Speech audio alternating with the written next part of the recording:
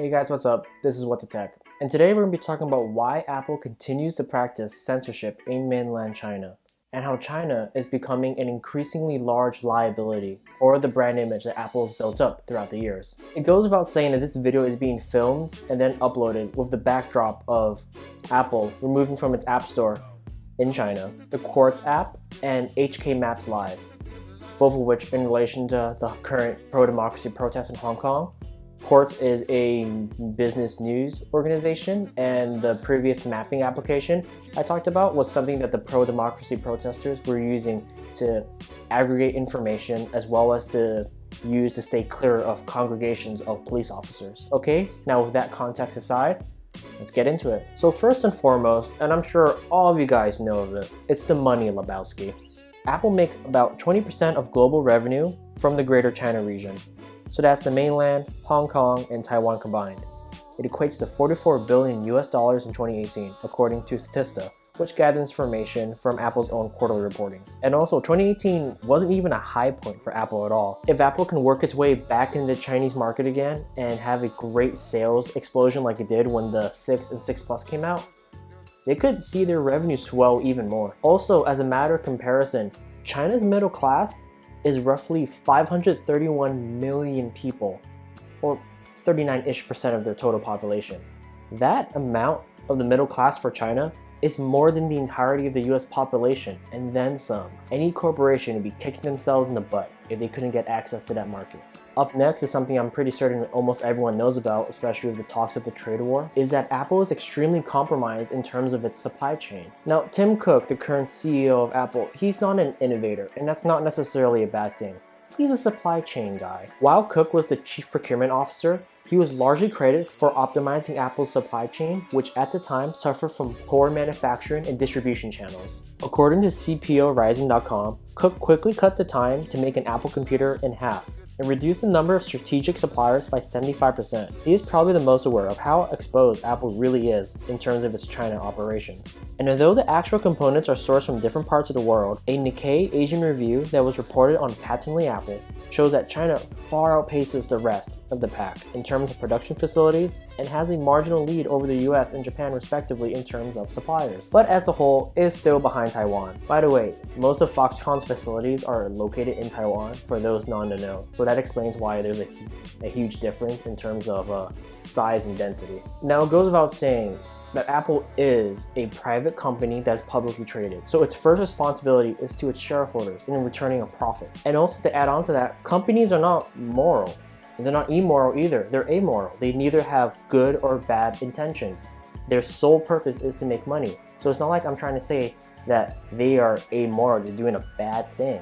But is it ethical? They made themselves different by standing on certain values. And that was something that they pushed at the time. That was something that Steve Jobs pushed, and that's what really gave Apple that kick in the right direction. But the reason why I'm really harping on Apple, and I'm very aware of how this looks, I am harping on Apple for this and criticizing them, but Apple was one of the first companies that really made a name for themselves based on their values and positions they stood on. In fact, part of their brand today still rests on certain positions on moral issues, such as your privacy, environmental sustainability, and a commitment to not using conflict minerals.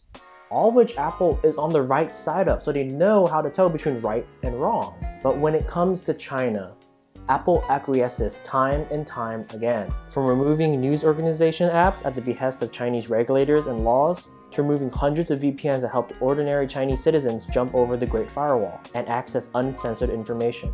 And also reallocating its entire mainland China iCloud database towards a state-owned data center and giving them the keys. And if you're going to say, well, see, that's a government issue, and you actually said yourself, regulators and laws. But Apple knows how to stand up to government overreach.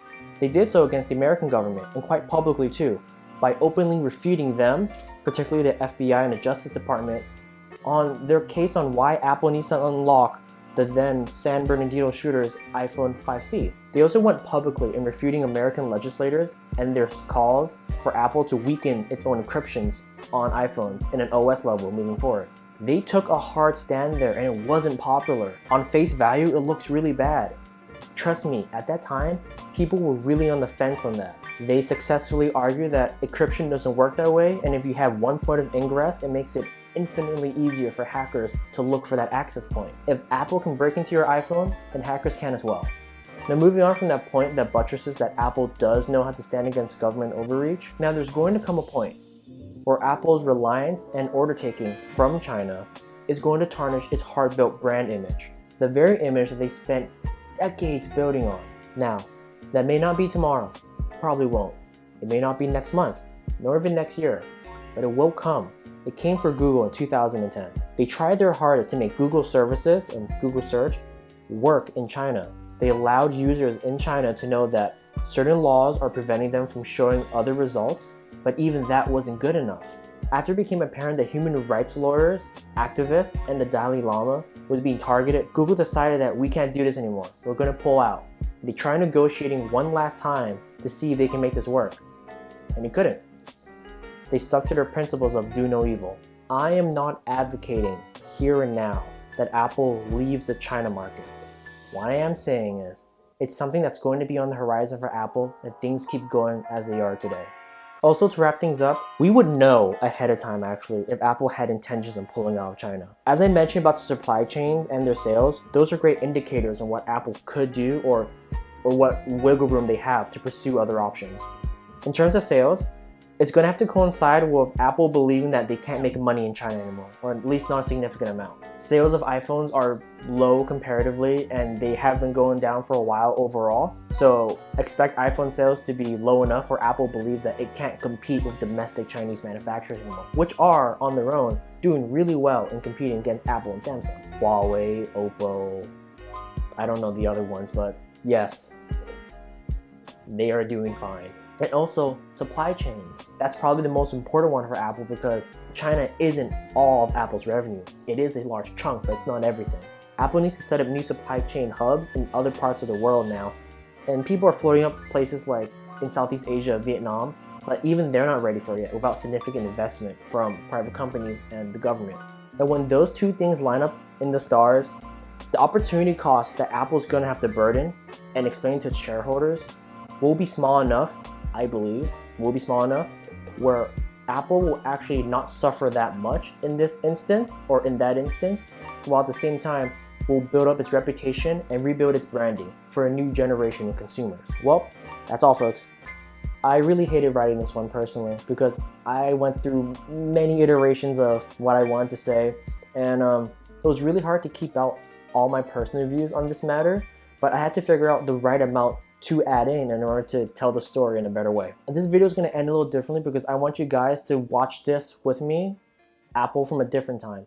And I had to release in 1984 where Apple did dare to think differently, and asked us to as well. Some of you may already know of it. If you do, kudos to you. And if you don't, pay attention because you're probably not going to see anything like it anytime soon. And if you ever take a media studies class, new media studies, you're most likely going to see this. So here's a free one for you guys.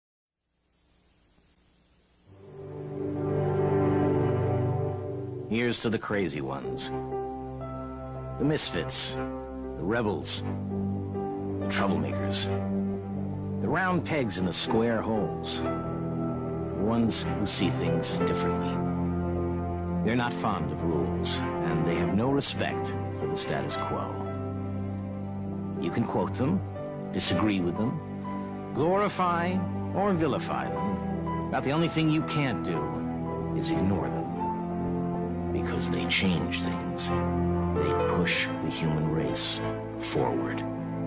And while some may see them as the crazy ones, we see genius. Because the people who are crazy enough to think they can change the world are the ones who do.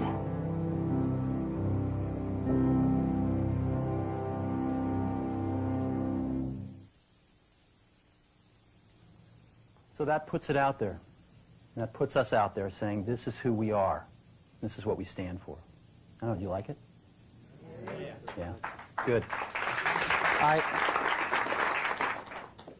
I know that some people will criticize us for, not talking about all those things about why we have better plug and play. But we've got to let people know who Apple is and why it's still relevant in this world. And I think this will do a pretty good job.